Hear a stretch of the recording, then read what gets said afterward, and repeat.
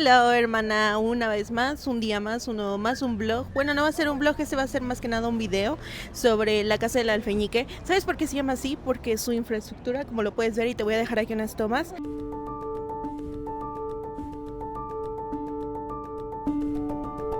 es parecido al dulce del alfeñique, el que lo conocemos aquí en México, que aquí te voy a dejar una imagen para que lo notes. Aquí les dicen casonas. En el centro histórico, construida en el siglo XVI, y te voy a mostrar todo lo que pueda ver dentro de ella. Te van a contar muchas cosas realmente muy interesantes de ella. Esta casa fue una inspiración para una de las películas más famosas de niños, que es La leyenda de la Nahuala. No quiere decir que fue ahora sí que directamente a esta casa en la que fue relatada toda la historia. Es muy parecida, muy similar, pero las personas que crearon esa película vinieron exactamente a esta casa para poder tomar ideas y poderla plasmar en esa película. Saber que Puebla fomenta la cultura sobre lo que tiene esta bella ciudad, que es demasiada, y la historia que tiene. Entonces, vamos adentro. Antes de comenzar el recorrido, quiero contarles que la Casa del Alfeñique fue construida a finales del siglo XVIII y es considerada una de las obras más representativas del barroco poblano. Su nombre proviene del alfeñique, un dulce tradicional elaborado con azúcar, ya que la decoración blanca de su fachada recuerda mucho a ese tipo de dulce. Actualmente funciona como museo y aquí se conservan cientos de piezas que nos ayudan a entender cómo era la vida en Puebla hace más de 200 años. Así que acompáñenme a recorrerla. Lo primero que encontramos al entrar es una sala dedicada a uno de los personajes más representativos de Puebla, la China Poblana. Seguramente todos hemos visto el famoso traje de la China Poblana, lleno de colores, lentejuelas y bordados, pero pocas personas conocen la historia que hay detrás de este personaje. La mujer que inspiró esta tradición fue Catarina de San Juan. Se dice que nació en Asia, pero fue traída a la Nueva España y terminó viviendo en Puebla, donde con el paso del tiempo su historia se dio origen a una de las figuras más importantes de la cultura poblana. En esta sala podemos observar diferentes representaciones de su vestimenta, así como cuadros donde aparece usando el traje típico que hoy en día representa el estado de Puebla. Cada detalle del vestido tiene un significado y refleja la mezcla de diferentes culturas que existían durante esa época. Además, cuando recorría esta sala, también encontré varios cuadros muy interesantes que muestran cómo era la vida cotidiana hace muchos años.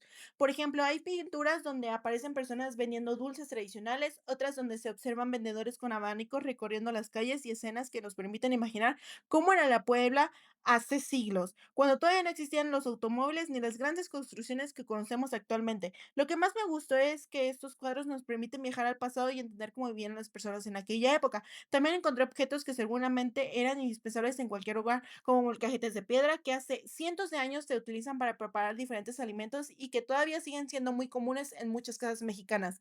Además, se pueden observar platos y piezas de talavera poblana, una de las artesanías más famosas de Puebla. La talavera es conocida en todo el mundo por sus colores, sus diseños hechos a manos y por la gran calidad con la que se elaboran esas piezas de cerámica.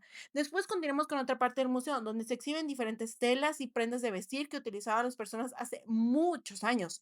Es muy interesante observar cómo ha cambiado la moda con el paso del tiempo. En aquella época la ropa era mucho más elaborada, con telas pesadas, bordados muy detallados y diseños completamente diferentes a lo que usamos actualmente. Cada prenda refleja no solamente la moda del momento, sino también el nivel económico de las familias y las costumbres que existían durante esos años. Más adelante llegamos a una sala dedicada a los personajes muy importantes de la historia de México. Aquí podemos observar retratos de Benito Juárez, quien fue presidente de nuestro país y una figura fundamental durante la Reforma. También encontramos a Ignacio Zaragoza recordando por comandar al ejército mexicano durante la historia de la batalla del 5 de mayo en 1862, cuando el ejército mexicano logró derrotar a las tropas francesas en la ciudad de Puebla. Otros personajes me parece que aparecen ahí es Luis G. Osoyo, quien también tuvieron participación durante algunos acontecimientos históricos relacionados con Puebla. En esta misma sala se exhiben varios cuadros que representan la batalla del 5 de mayo. Cada pintura muestra diferentes momentos del enfrentamiento y permite imaginar cómo se vivió uno de los acontecimientos más importantes en la historia de nuestro país. Sin duda, esta fue una de las partes que más me llamó la atención, porque no solamente estamos viendo obras de arte, sino también fragmentos de la historia de México. Después continuamos nuestro recorrido hacia el tercer piso de la casa, que en lo personal fue mi parte favorita. Aquí prácticamente podemos conocer cómo era vivir dentro de una casona poblana hace más de 200 años. Lo primero que encontramos es una capilla completamente decorada en tonos dorados. En esta época era muy común que las familias con mayores recursos económicos tuvieran un espacio dentro de su propia casa destinado para la oración y celebridades religiosas.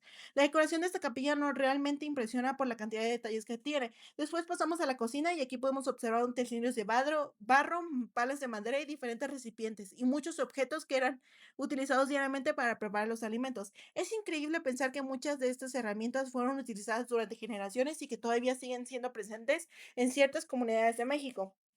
Mientras seguimos caminando, encontramos diferentes vitrinas llenas de diferentes objetos antiguos. Hay relojes de distintas épocas, piezas decorativas, vajillos, artículos personales y muchos otros objetos que ayudan a comprender cómo era la vida cotidiana dentro de una familia poblana.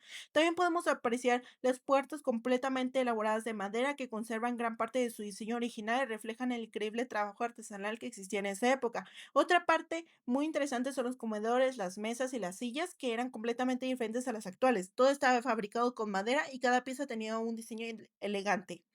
Lo mismo sucede con las salas. Hoy estamos acostumbrados a ver sillones grandes y cómodos, pero en ese entonces las salas estaban compuestas principalmente por sillas de madera colocadas alrededor de una mesa para recibir a las visitas y conversar. Es muy curioso cómo han cambiado las costumbres y el inmobiliario con el paso del tiempo. Más adelante llegamos a una de las habitaciones de la casa. Aquí podemos observar cómo eran las camas antiguas, los muebles donde guardaban la ropa, los tocadores y los otros objetos personales que utilizaban diariamente.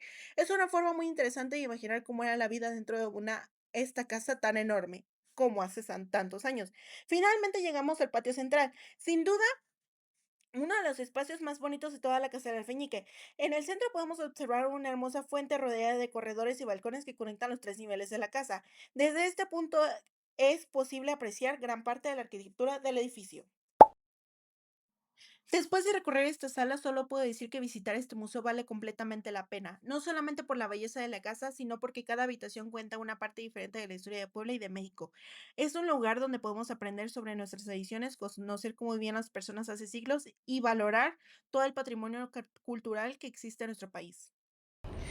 Bueno, hermana, y esto fue todo por el video de hoy. Espero te haya gustado. Espero y disfrutes este video. Bye.